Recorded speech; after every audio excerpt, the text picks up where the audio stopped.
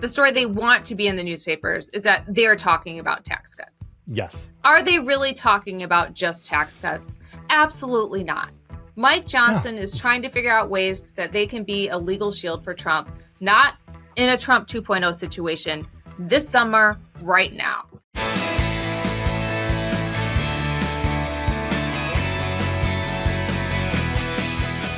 Hello and welcome to the Bulwark podcast. I am Amanda Carpenter, sitting in for Tim Miller, who is on a well-deserved vacation. And with me today is the Dark Knight of the Bulwark, JVL. JVL, what is going on? It's been a while. All caps, Amanda. It is so good to have you back home. How you been? I'm great. You protecting democracy? All the time. It's a 24-hour job, man. Speaking of Trump's back in Washington. It's his big day. Yeah. He's making his triumphant return. Didn't Napoleon do this once? Like, he came back from exile once, and it is amazing that all of the people who got so upset on January 6th and 7th and were, well, that's it, I'm out. And, they're all going to be there for him. They're all going to be there for him. Yeah, I guess I should make a note. He's been to Washington. He's not going to the Capitol complex itself. Why not? He's going to the Capitol Hill Club.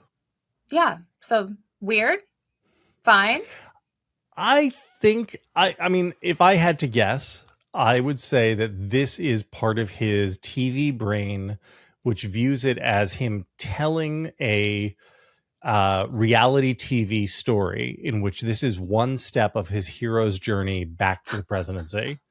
And so he gets hey, he's meeting with Congress, but he's not all the way to Congress yet. He's over at the Capitol Hill Club.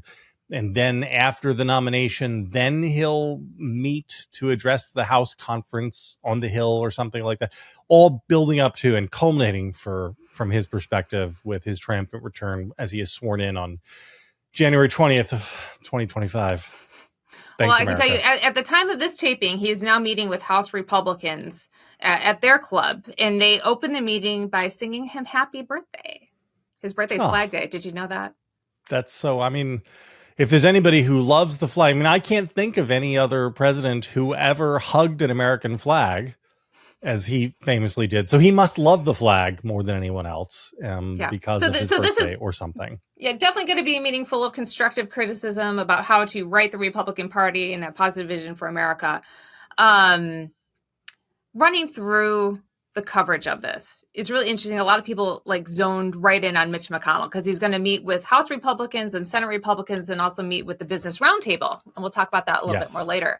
I was just going through some of the comments. I'm just going to read some of them to you from esteemed Republican senators about their meeting with the past and future president. Mitch McConnell, we all know that he said that Donald Trump was practically and morally responsible for January 6th. So he, of course, was asked about, well, are you meeting with Trump now? You guys haven't spoken for 2 years. He hasn't been in Washington 2 years. You're going to meet with him now? And of course, he said this is Mitch McConnell. He's earned the nomination by the voters all across the country. And of course, I'll be meeting with him tomorrow. John Cornyn, who I think is the likely successor to McConnell, his quote, "Division only helps our opposition. So unity is really important. And I think President Trump understands that."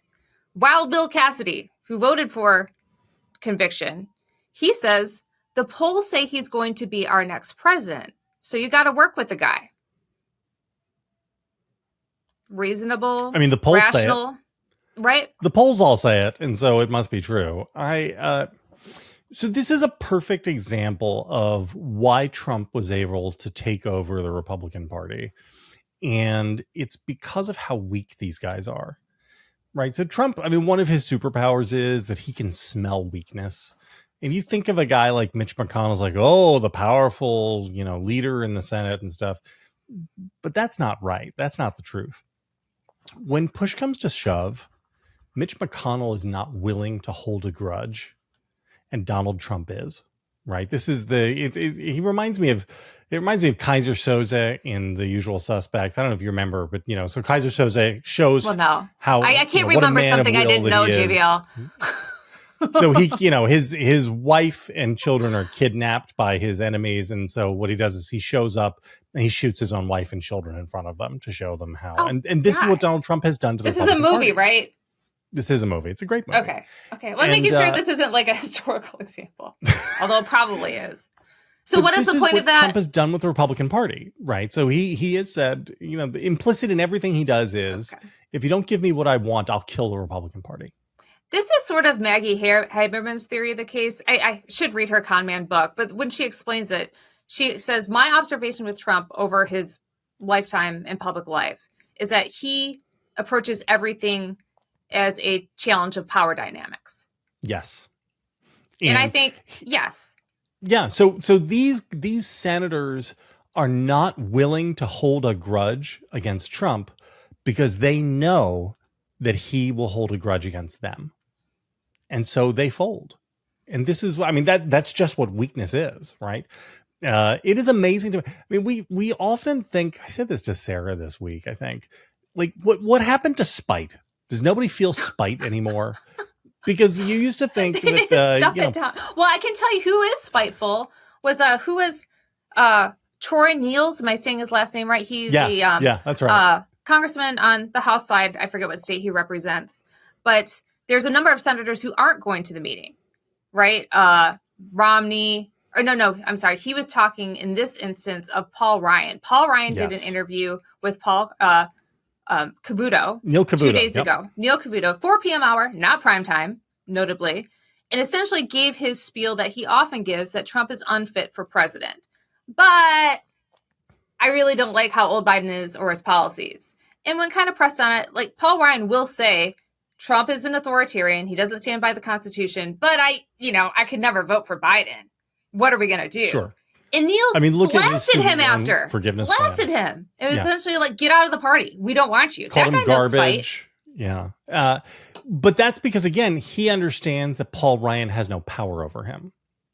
Right. And it is amazing to me. This is not how it used to work. I think it used to be that the people would hold on to spite, and these guys were all barons of their own fiefdoms, and they had nothing to fear from anybody, and they could just do whatever they wanted, basically. And that's why they had to be cajoled, right? If you were, party to party, you had to cajole the guys in your party to get them to go along by giving them goodies, and, well, we'll build a military base in your district if you'll give me this vote on the telecom bill or something. And now it's the Republican Party is basically an authoritarian state where the idea is you have to go along with Trump or Trump will come and end your career. Yeah. And it doesn't always work, but it works enough of the time that it is a plausible deterrent. And none of these guys are willing to go back at Trump and say, I'm secure enough that I will. If you come after me, I'll come after you. And this is one of those asymmetries. I've spent a lot of last year talking about asymmetries in politics. And what you have is, so Trump, in just pure game theory, Trump's approach to life is called tit for tat, which is, if you're nice to him, he'll be nice to you. Is that a technical term? It is, actually, believe it or not. In game theory economics, they call that game tit for tat. And with Trump, it's a variation called tit for tat with some forgiveness. This is, again, only people who have taken economics transactional forgiveness. Like, once you come on my side, all good. Right, but it has to be like it is forgiveness that is unpredictable. So, like, Mitch McConnell is not going to be forgiven, even though he has come back to Trump's side. But Marco Rubio has been, and J.D. Vance have been. So that's, again, this is all just econometrics. But the other Republicans aren't willing to do that, right? The other Republicans aren't willing to play tit for tat with Trump. Right. They just buckle under because they're so weak. And Trump had their number. It is amazing to me how correctly Trump had their number.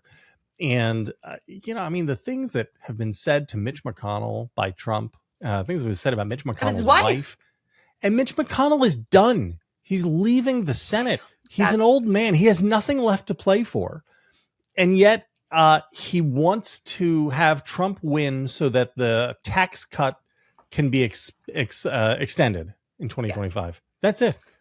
And that to him it is so important to extend the tax cut for a bunch of people who are, he won't be, I'm sorry. I mean, I wish him a long life, but Mitch McConnell is unlikely to be around for all that much longer on this mortal coil. And it is so important to him that the tax cut remains in place, that he's willing to swallow all of this and be humiliated. And just, what an absolute wuss. Yeah, let me pick your brain on this. Like, on the Paul Ryan question. So Paul Ryan is sidelined to daytime hours of saying a little bit about Trump. Fine. But doesn't he sort of have an obligation when you're talking about these power dynamics to bring up why he's on Fox News Dayside and not Speaker of the House anymore? Isn't that an important part of this story? And it's not because, I got sick of it. It's because, Paul Ryan, there is no place for you in Donald Trump's Republican Party because you refuse to act as his political and legal shield for all his wrongdoing. That's really what it gets down to. Paul Ryan got his tax cuts passed and then essentially was out of there. Like, that was the breaking point. And now, bring it back to Trump going back on Capitol Hill. He's going to be meeting with Mike Johnson, obviously later today. There's reporting this morning who was one of the first people that Donald Trump called after he was convicted in New York. Speaker Mike Johnson. Yep. Why would that be, JVL? Why would that be the first phone call? What possibly could they have to talk about besides their legislative tax agenda to secure tax cuts for another 10 years? Any ideas? Where do you think Melania was on the list of people Trump called following his conviction? Do you think she was number 2? No. Do you think she was number 5? I don't know. I mean, I don't want to bring Melania into it. I hope she's shopping. I hope she's doing whatever she wants. My this is about Trump, not her. I'm just saying the idea that he gets convicted of 34 felonies and what he does first is reaches out to the Speaker of the House. The interesting point is that Speaker Mike Johnson supported him in New York at the trial when Melania didn't. In many ways, he was Trump's work wife. You gotta make it weird. I don't think this is weird at all. It's better than look. There are other ways. There are some prison terms I could have used, but I didn't do that because of your delicate ears. I don't even know what prison terms would be for that. I don't want to know. You've got me all distracted now. But here's my point, though. I mean, so today's meeting is supposed to be forward-looking. It's a forward-looking. They're getting the. John Cornyn's like, we got to get our agenda sorted out, and they're gonna get unified. Unified with their, to figure out all the things they're gonna do, and there is no agenda. There is no agenda. What are you talking about? They're talking about what he's going to do in a Trump second term. That's all up and up policy, correct? He just has to let us extend the tax cuts, and then he can go off on his jihads against, Democratic prosecutors and whatever, and he can do whatever he wants with the Department of Justice, so long as we get the tax cuts. And I mean, this is almost like a parody of Republican thought patterns. Like when you if you get a listen, I just want to sort out they'll tell you what we're making fun of and what we're actually talking about for the listeners. So number one, I think the cover story is the story they want to be in the newspapers is that they're talking about tax cuts. Yes. Are they really talking about just tax cuts? Absolutely not. Mike Johnson is trying to figure out ways that they can be a legal shield for Trump, not in a Trump 2.0 situation this summer, right now. This is why they're holding Merrick Garland in contempt. It's why they're going on and on with these So what was the news yesterday? So over the last year, hasn't it been that Comer and Jim Jordan were all going to help Speaker Johnson do all these investigations into the Biden crime family? And they came up with nothing. They dropped the impeachment against Biden because they have nothing. So the news in response to the Hunter Biden conviction is that we need more investigations of Hunter Biden. And that's what we're going to be doing. This is the retribution agenda. It is that's crazy the policy. To me. And it's crazy. One of the lines, I forget who it was. It might have been Cornyn. It might have been Barrasso. Interviewed about the meetings today with Trump and the agenda. They said something to the equivalent like, yeah, I mean, that's what we're supposed to do. But, who knows what this guy's going to do 1 minute to the next. And I just which is thought true to myself, and awful. It is true. But and you're going to give him the nuclear codes again? after you saw what happened last time, when, I'm sorry to say this, but 1 million Americans died from COVID. 1 million. And it's not like we haven't seen what happens when you have an erratic guy who doesn't know what he's going to do from one moment to the next be president, and all of the downsides are theoretical. Like, we just did it. It was 5 minutes ago. Does nobody remember? And for these businesses, and we'll get to the business roundtable in a minute, I'm sure, who are lining up to support Trump because of tax cuts, I would ask them, because, everything is about bottom line and self-interest. Did you gain more from the Trump tax cuts than you lost from COVID? Because the government's handling of COVID cost businesses a lot of fucking money. And, this idea that it's all free, that, there are no financial downsides to Trump. Well, we'll see what the markets look like if, democracy starts teetering and confidence in the dollar goes down. And it's just the craziest, dumbest, most short-sighted thing I could see. And it is like businesses are behaving in the caricature way that like commies would say they would behave. Like you go over to Jacobin, and the guys at Jacobin magazine would be like, oh, of course, these green eye shade capitalists, all they care about is an extra dollar. They would sack it. And it turns out, yeah. Dollars that up, man. If they get their tax cuts, they're fine with autocracy. Yeah. So let's talk about the Business Roundtable meeting. Larry Kudlow is going to be hosting the discussion. I'm sure that will be full of tough interrogation of Trump's first term and promises for second term, correct? Yeah. Yes. I mean, that guy's just a straight shooter all the way. Yes. But in holding this meeting, I should note that they did invite President Biden. President Biden is busy with the G7, kind of doing presidential. Yeah, he's out presidenting. Yeah. He's out presidenting. So there's going to be a number of CEOs from all the places you would know assembling here. There's been some reporting. They're trying to figure out like who's going and who's not. That's nice, I guess. We could have a list of who's actually showing up to meet with Trump. But the idea that this event is being held and they are hosting him and they're inviting Larry Kudlow to ask the questions of him.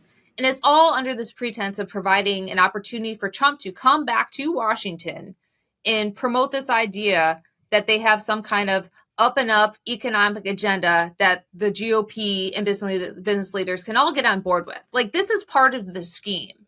And so, like, it almost doesn't, to me, it doesn't matter who attends and who doesn't. They're part of this, I don't want to say narrative, but they're putting on the show. They're putting on the show for Trump, literally. They're showing up and they're help feeding. Oh, he's good for business. And again, if Biden had governed like is he Jimmy good for Carter, business? And this is something, let me just stop here, because this is something that we've sort of struggled with largely in our work, and how to explain in real, concrete, tangential ways, how do we explain to these types of people that authoritarianism is bad for business? That doesn't seem like rocket science. And I think it's hard to explain because we assume it. Like, duh, why would businesses want to be under an authoritarian regime? You can't predict what prices will be. It'll be all based on retribution. You can be singled out. You can't depend on secure and stable economic policy. But it's like, actually, when they're confronted with it, the instinct isn't to think about any of that. It's like, okay, well, how do I secure my space? How do I get the bag? How do I get my tax cuts? How do I make sure I'm in good with the leader? And so it leads to this kind of preemptive acquiescence where it's like, okay, well, let's just invite him and we'll have the nice people ask the questions. And, we don't got to get in too deep, but we'll put on the show. Here we go. Yeah. Well, you put your finger on it. It's a matter of them thinking, sure, authoritarianism is bad for business in general, but it's great for the businesses who have the favor of the leader, right? If the strong man favors you, then it's great for business. And so they all you can get some railroads. You can get some. Yeah, you can get anything you want, right? Because the rule of law no longer applies. And I think the delusion is that every one of them thinks, well, I'll be the one he loves. And he'll let me do whatever I want to my competitors. And is that capitalism? When I look at this, tell me, is that capitalism?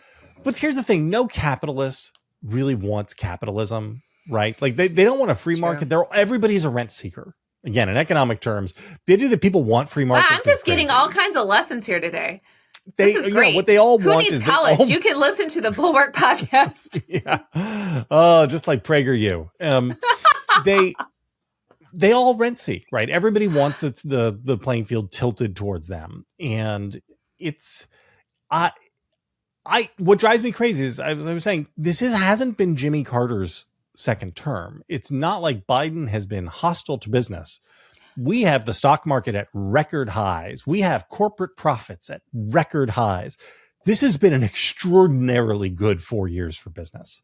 And in fact, a better 4 years for business than the Trump years were, because the Trump years had the pandemic for the entire final year. Yeah. Right? Well, let me just run this by you. Given that these are, you can make the argument, these are already Biden's economic policies. Why doesn't he just say, sure, things are fine the way they are. I plan on keeping them that way. You don't got to suck up to this nut job. How about that? I don't know. I wonder, actually, I have wondered if Biden shouldn't signal that he's going to extend the tax cuts.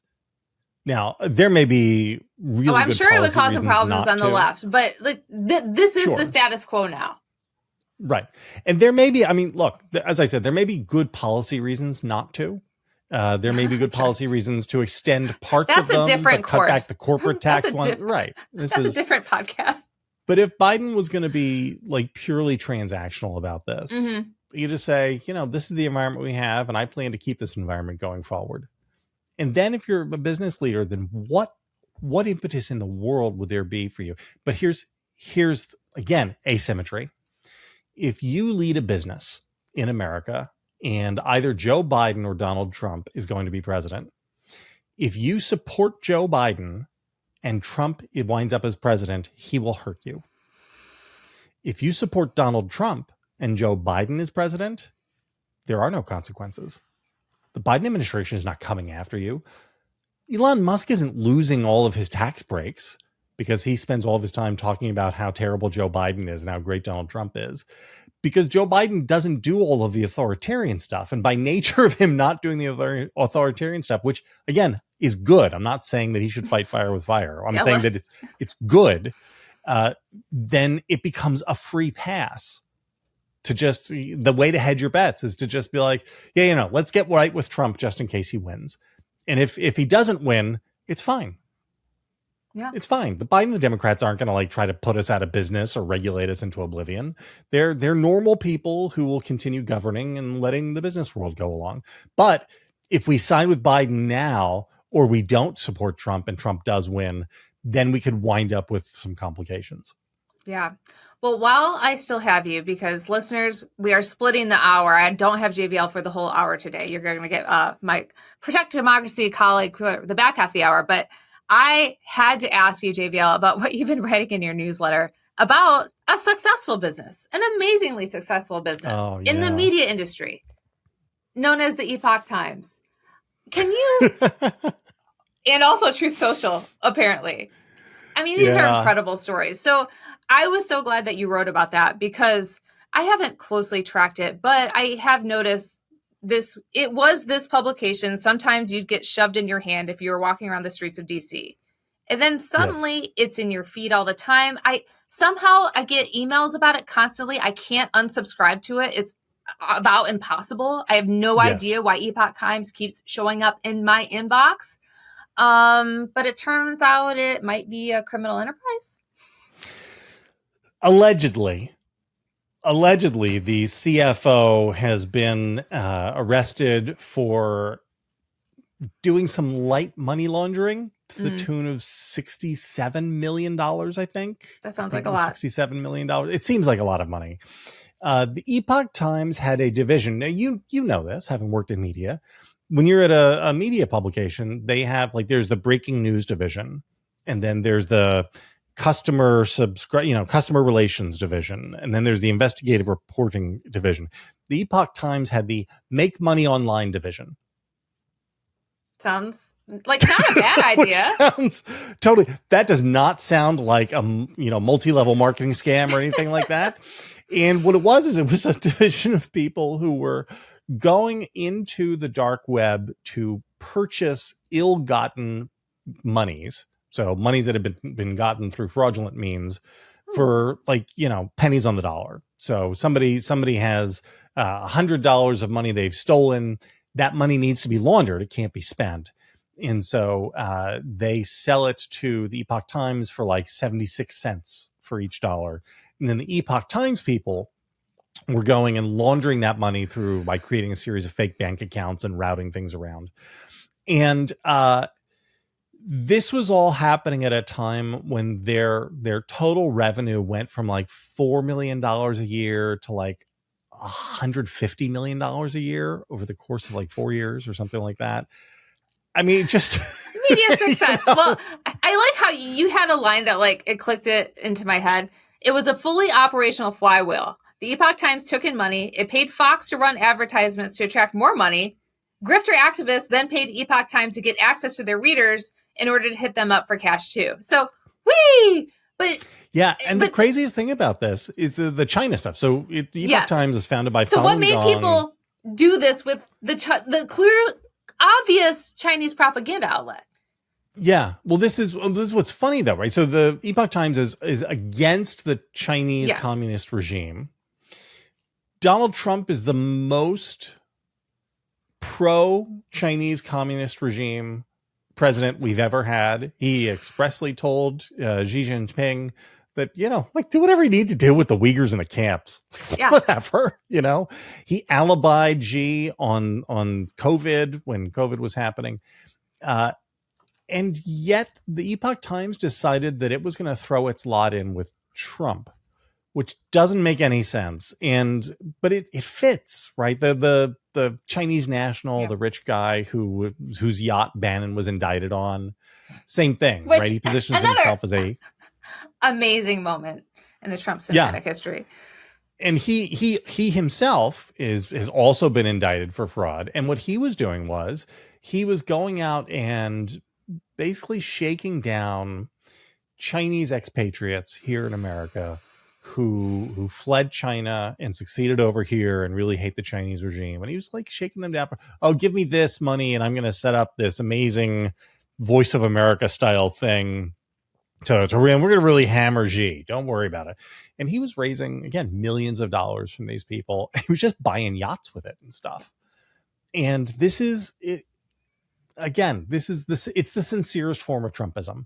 It profits by the stupidity of its marks, or in this case with the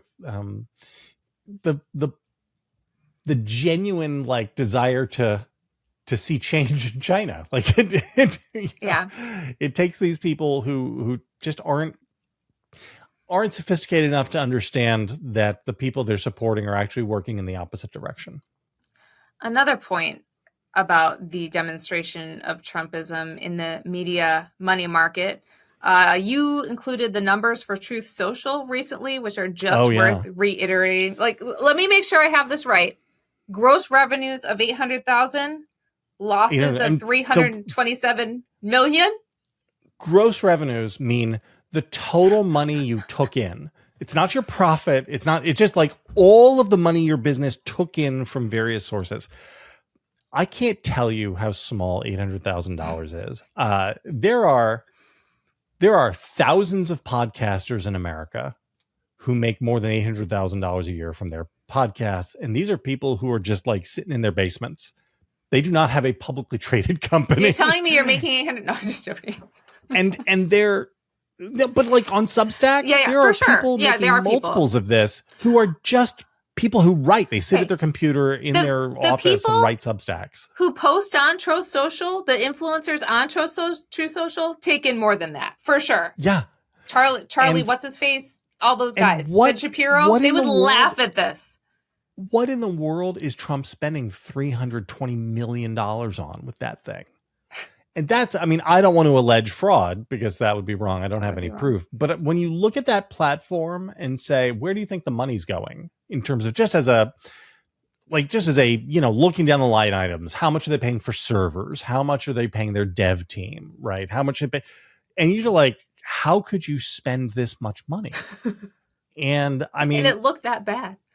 It's a little Brewster's Millions. I think the only way to spend that money is if it's just a wealth transfer.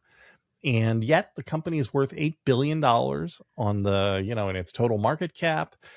And Trump's lockup. So he has a lockup in which he can't sell his shares. Yeah, for like 6 months or something. I think it's until September. I think it's September he can sell. And it'll be interesting to see what happens because he's not a real So what does that billionaire. mean? He has to keep the valuation as high as he can until he can get out. He's got to keep the valuation as high as he can until he gets out. But then when he gets out, he's got to do it under the cover of night. So he's got to figure out a way to sell shares a little bit at a time and to have it not be traced back that it's his shares that are floating on the market, right? Because, if he dumped all of his shares at once, that would drive the prices down to nothing. And so he's got to slowly extract value without spooking all the marks who are out there holding their shares because they think that he's taking them to the moon. And all right. I don't know what to tell these people, but one last thing on the Trump money marketing genius that we are privileged enough to stand witness to, his latest fundraising email that went out yesterday. If you saw it, the headline was "Haul out the guillotine." That was the headline of it. And the thing backing Bastille it up. Day? Is that what he was celebrating, Bastille Day? It was actually about how the evil liberals were coming after him. And remember that one time that D-list celeb Kathy Griffin did a beheading video of me? That was so bad. They're coming after me. They'll come after you. Haul out the guillotine.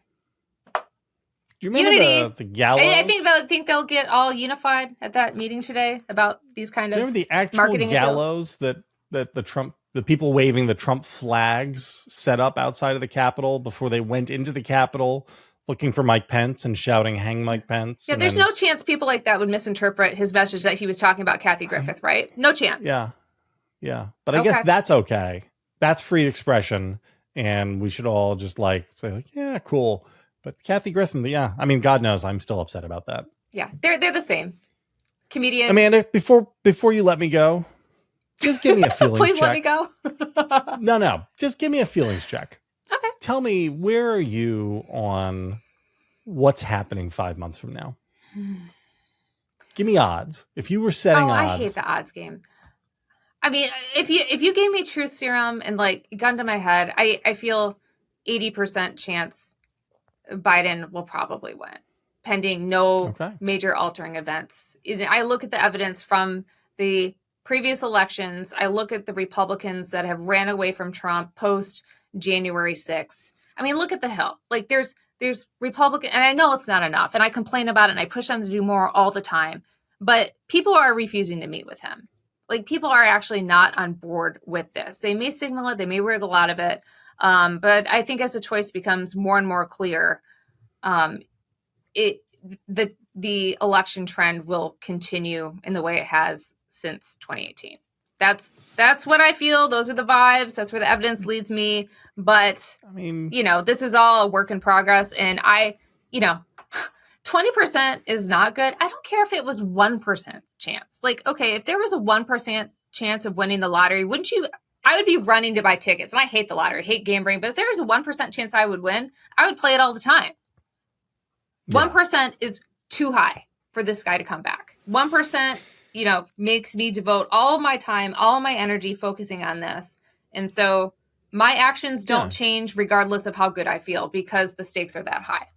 You'd never get on a plane that somebody told you had a 1% chance of crashing. Yep. Well, that's the dark view. I said lotto, you said plane crash. Okay. I would just say this because I don't want you to walk out of here feeling good. Yeah, that's nice of you. Monmouth poll from this week. Do you approve or disapprove of the job Joe Biden is doing as president? 38% approve, 58% disapprove. So -20. All right. JVL, everybody. Looking back. No. You're not getting off that easy. It gets worse. Looking back, do you approve or disapprove of the job Donald Trump did when he was president? Do you want to guess? No. 47% approve, 50% disapprove. -3. Looking back on how things were when he left, with everybody locked in their houses and people dying every day by the thousands and unemployment at 9% and the stock market in the toilet and the attempted coup. Looking back on all that, people say, actually, yeah, halvesies. It wasn't it's really so bad. 50-50 with Trump. It wasn't so bad. We're resilient people. Amazing. Okay. It's good to see you, Amanda. Always good catching up. All right, and now we are back for the second half of the show, and to get rid of that JVL darkness that he tried to bring into my mood, I have brought in my good friend from Protect Democracy, Ben Raderstorf, who is the editor of our newsletter, If You Can Keep It. Ben, what is going on? Hey, Amanda. It is so good to see you. Wow, what a treat to be on the pod. Yeah.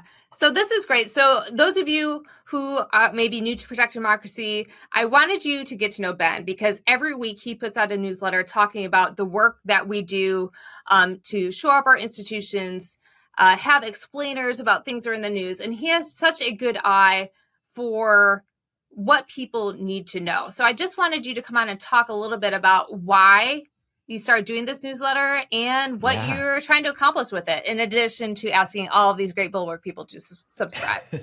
Amazing.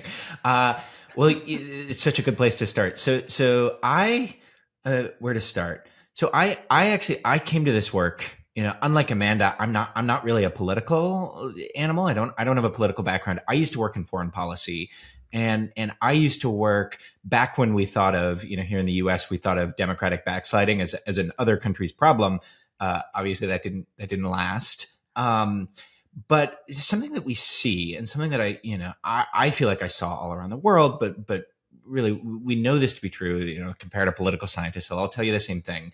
And that countries that survive moments of democratic crisis and backsliding of an authoritarian threat, one of the key things that distinguishes all of them is that you have a big cross-ideological coalition, sort of multi-sectoral, right? So people who disagree with each other politically, but also different types of people, religious groups, civil society groups, business leaders, journalists, right? If all of those groups come together and form, what we think of as a cross-ideological pro-democracy coalition, then those democracies tend to survive. Yeah. Right? Let me stop you there real Poland quick. Because or Czech Republic, yeah. Yeah, so this is something that I think in our circles, we use the phrase pro-democracy coalition a lot. Yeah. What does that actually mean? Because I ask people this all the time. I get different answers and it's kind of vague. And I think it's really important that we do define it because, what are the things that hold us together? Like what makes this thing work? And I'll just bring this other point into this. Sarah Longwell, who of course is a publisher of the Bulwark, she often talks about the biggest coalition in America right now is the anti-Trump coalition. My personal view is that is true, yes. But in order for the larger project to be successful, and by that larger project, I mean America, not just going from election to election, that anti-Trump faction, which has turned up in election after election, needs to be translated into something affirmative, right? That keeps us together. I think that's the quote unquote pro-democracy coalition, but I couldn't give you an easy answer for what that is, who gets to be in it, and why. Yeah. I mean, I think of in short, the pro-democracy coalition is a group of people that come together agreeing to disagree. And by that, I mean, we in a democracy, we all have different viewpoints, policy preferences, values, right? You and I might disagree on tax policy or social issues or other things. Soccer. And that's okay. That's healthy. Right. If we all agreed on everything, we wouldn't need democracy in the first place. So the pro-democracy coalition, I think of that as, it's the group of us who see that as important, right? Who see our differences of policy or values as part of what we're all doing this democracy thing for. And we want to come together to defend it. We want to defend our right to disagree peacefully, fairly, through fair processes like elections or through representative government. And, we know that sometimes we're going to win and sometimes we're going to lose, but the system, the institutions that allow us to disagree and work through those differences is more important than getting what we want. And I think that's if there's another side to this, that's what we're sort of, we're losing for a lot of voters is they're starting to see, mine, what I want to see, my values, my priorities. It's a win or die kind of mindset. And so if there's an opposite to a pro-democracy coalition, it's whatever group of people are trying to get what they want out of politics at any cost, even if it means burning our system down.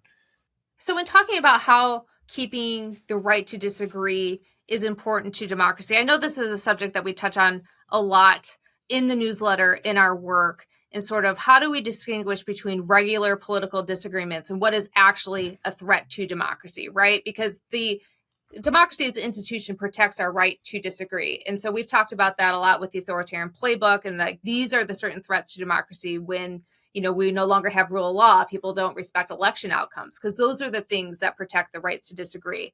And I know you cover that kind of stuff all the time, but it's interesting because it is important to continually explain that through the frame of public events. Yeah, I think that's right. And something else I think that makes authoritarianism, at least in the 21st century, kind of hard to deal with is that modern autocrats have gotten really good at using the sort of language of democracy or the institutions of democracy as a smokescreen, right? So one example, if you look at Vladimir Putin, he still holds elections, right? They're not real, they're not free, they're not fair. There's no chance anybody else is going to win, but he still goes through the motions. And we see that in more subtle, sort of less direct ways here in the US, where it can be genuinely hard to distinguish, you know, what is a good faith application of our democracy, of the rule of law, you know, so something like the prosecution of a political leader, right? So all the evidence we have about Donald Trump's criminal cases is that these are being pursued fairly, independently, apolitically by prosecutors who've been tasked by our system to make those decisions independently. But that, you know, that can be hard to distinguish that from something like, you know, a deliberately weaponized use of the Department of Justice to go after your enemies, right? And autocrats, Trump included, are really good at sort of using the language to confuse, to sort of throw up chaff, throw up smoke screens. So we unfortunately do live in a time where people have to be able to understand this stuff. They have to know how something like Department of Justice independence works, right? What the guardrails are in place, what the sort of wonky legalese, like what this all means. Because we all, you know, to be an informed citizen in our democracy today, we have to be able to separate out those sort of good faith applications of the rule of law from sort of deliberate abuses and weaponization. Does that make sense? Yeah, well, I think it makes perfect sense. But I think, you know, talking more about what you're covering in the news, like what is on your eye this week? Because, you know, it is our task to stop the rise of authoritarianism here at home. That is a big abstract thing, but it is constantly interpreted through daily events. I mean, things that are coming out of the mouths of a presidential candidate, things that House Republicans, you know, it's my interpretation now with the threatening more investigations into Hunter Biden after he has already been convicted in court, going after Merrick Garland for contempt, continuing these threats without ever producing any real evidence over the past year. And so I know that's something you are going to be keeping an eye on, but what else is coming down the pike? Like, what are these other examples of instances of authoritarian threats that present themselves that you're explaining? Yeah. So just this week, I think we have a really good example of we dive this week into some of the more administrative, sort of bureaucratic tactics that Trump and his supporters are proposing that they want to use to advance their agenda. So things like Schedule F, which folks have probably heard of. I'm curious how many of us could actually define what it means. Are you telling me basically why? Is yeah. I think our listeners are familiar, but in your explanation, tell me, why is Schedule F an authoritarian threat? Because even when I read this, I was a little skeptical. Like, okay, this is reclassification of government workers. We have a lot already. So what? Right. Of course, I changed my mind once I delved into it a little bit more. But I want you to explain why it's actually authoritarian and not just, you know, we're shrinking the size of government and there's too much waste, fraud, and abuse. Totally. And it's framed in a way that sounds perfectly legitimate, perfectly defensible. But what this is a civil service purge, right? So essentially every democracy around the world, certainly every modern healthy one, has something called a civil service. And the idea is that for the sort of day-to-day functions of government, right, that the processing of your taxes or mailing your social security checks or all those sort of things, monitoring the weather. Right. Or, keeping the air travel safe, right? Or, fighting wildfires, infrastructure kind of things. Exactly. Is that a problem in California where you are? We get a little bit of that. But so all these things, these sort of, bureaucratic tasks, and I know bureaucratic is often seen as as a sort of, as an insult, but the reality is we're a big, complicated country. It takes a lot to run this country. No matter how big or small you think government is, it does take sort of serious professionals who are going to work every day to operate it. And every modern democracy around the world has decided that those tasks, there shouldn't be political cronies, right? We want experts who are hired on the merits because they're the best at fighting wildfires, or the best at, keeping air traffic control safe. And that's worked really well, right? It's worked so well that we generally don't see it, right? None of us really think about, okay, are my tomatoes kind of poisonous? Because we trust that the FDA, serious scientists there are keeping our food supply safe, right? Yeah. And so what By the Trump way, is proposing, yeah. The FDA is not a place you want to be politicized with a bunch of people are screened for political loyalty, not actual expertise. Exactly. I mean, not only your food, but number one, we want our drugs to be safe. Yes. Number one. Number two, it's a huge part of the economy. I mean, totally. We are the gold standard when it comes to pharmaceuticals. For good, we can have a whole discussion about pharmaceuticals and how those have flooded the streets. That said, if we can't trust the standards that they're safe and healthy for some level, that is going to have just tremendous trickle-down effects. That's just, one instance that has really freaked me out as I've delved in more to this. Totally. And, I think about it as, if you're a senior relying on your Social Security check arriving on time, do you want it to be somebody who is there because it's their career, it's their job, this is what they do? Or do you want it somebody who got that job as part of a political spoils? Right? And that's how it used to be. If you look back in the 1800s, that's how federal government positions were appointed. It was you were a party machine apparatchik for a leader, and then you'd get sort of a government largesse job. We don't want to go back to that. That was really bad, and that's what Schedule F essentially proposes. And but the key thing is, the reason why Trump and his supporters are pursuing this is they want to use that as a tool to go after their enemies, right? If you fill the bureaucracy with political loyalists, then when Trump says, you know what, those Californians, they voted against me, I think we should just go ahead and let the wildfires burn, right? That's much easier for him to do if it's cronies in those positions, not professional wildfire scientists. Yeah, it's worth spending another second on that point, because a lot of the coverage about Schedule F takes aside, I don't want to say takes aside, but views it from the perspective of the civil servant that gets fired, which is bad, right? It sucks to be terminated from your job for no reason because you don't want to go along with these loyalty tests, or for, Donald Trump says, I want bleach in my vaccines, put it in there, and they say no. I mean, that's a totally hypothetical example. But it's the other side of it. It's who comes in after that. And this is a backdoor way to balloon political appointees, of which another surprising stat, I didn't realize. So a lot of countries have political appointees. Like, that's a natural thing. The executive comes in, he gets to pick his people. But we as a percentage have way more than other stable democracies. I mean, 4,000 political appointees is a lot. And I certainly, you should be able to pick your people, but I didn't realize to what degree that dictates all across the federal agencies and how much they burrow in. And that is a problem. Maybe we should be shrinking back the political appointees and not making more people political appointees. Maybe that's where we should go. Right. And, I don't think anybody disagrees that the decision-making positions should be,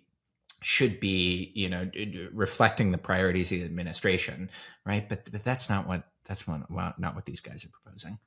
Well, Ben, I've had to ask you this because in the space, I've been at Protect Democracy about a year. I actually think I'm coming up on my 1-year anniversary. You've been here longer.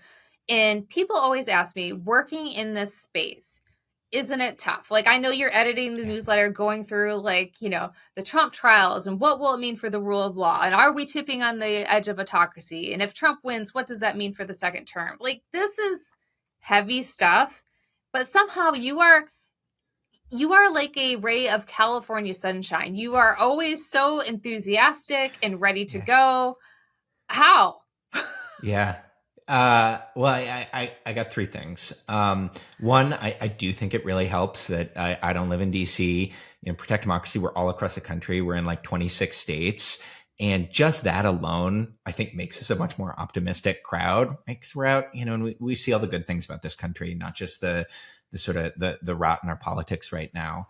Number 2, I get to work with amazing people, people like Amanda, right? And we are seeing this whole idea of a cross-ideological pro-democracy coalition. It's happening at Protect Democracy, right? Like Amanda and I, we probably disagree on like 90% of things that the Congress would have voted on in the before times, right? And Amanda is so amazing to work with. And there's so many people like that. And that's really inspiring that can happen. But the third one, and this is the one that I'm always encouraging people who work in our space to go find some aspect of our democracy that is not this. So for me, I live in California, and our big problem is housing.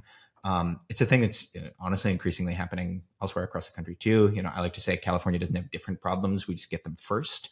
Can I just add something? So it always seems like it's strange to me. So I grew up in the Midwest, worked on the East Coast. California is just always kind of an afterthought. People, from my perspective, it's probably because I came up through Republican politics, and it's like natural to write California off as, okay, they're a bunch of liberals. Nobody really has to pay attention to them. But now I've been thinking about it more. It's like, well, Texas has been able to establish itself as such a big national presence because it's a big state with a lot of people. Why doesn't California get the love? Again, we're cutting edge in good ways and bad, right? and I think that we're always sort of our own creature. But the thing that really gives me hope, so on nights and weekends, the thing that I'm pretty involved in is zoning reform and housing reform. Wait, say that again. Boring. On nights and weekends, I get involved with zoning reform and housing reform. Is this not what everybody else does outside of their policy day job? This is why Ben is so great to work with.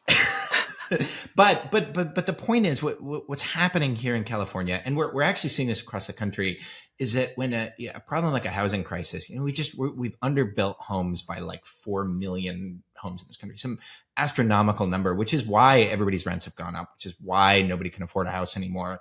Honestly, wherever you live, even if you don't live in California. But what's happening, at least here, is there is this sort of wacky, cross-ideological, very diverse coalitions coming together to sort of seriously solve the problem. And I live in Sacramento, where the city just implemented a massive new zoning reform. We totally got rid of single-family zoning. We've done all these things to make new multifamily housing much more affordable, much more accessible. And the key is when you get involved in something like that, and you go down to your city hall and you give your public comment, and meet your city council member, at least on the micro level, our democracy still totally works, right? And when you see the process going through what it's supposed to be and actually helping make people's lives better, it's a reminder that this is what we can expect from our democracy writ large, right? From Washington. And I believe we can make that happen together. All right. Well, listeners, that is your cue to move to California, where town hall meetings are actually fun and nice. Really nice. Yeah. Ben, I am so lucky to work with you. Listeners, Tim Miller will be back on Monday. There will not be a show tomorrow, but that does not mean he's offline. That does not mean he's not working, because I am sure that he is crawling the comments on YouTube, Substack, and all the places we're available. Please talk to him. Please leave him nice notes and tell him how much you want him back immediately on Monday, and we will all be here for him. Ben, thank you very much for joining us. Everyone else? Amanda, such a treat to see you. Go sign up for our newsletter, if you can keep it.org. All right, guys, you heard the man. Talk to you later.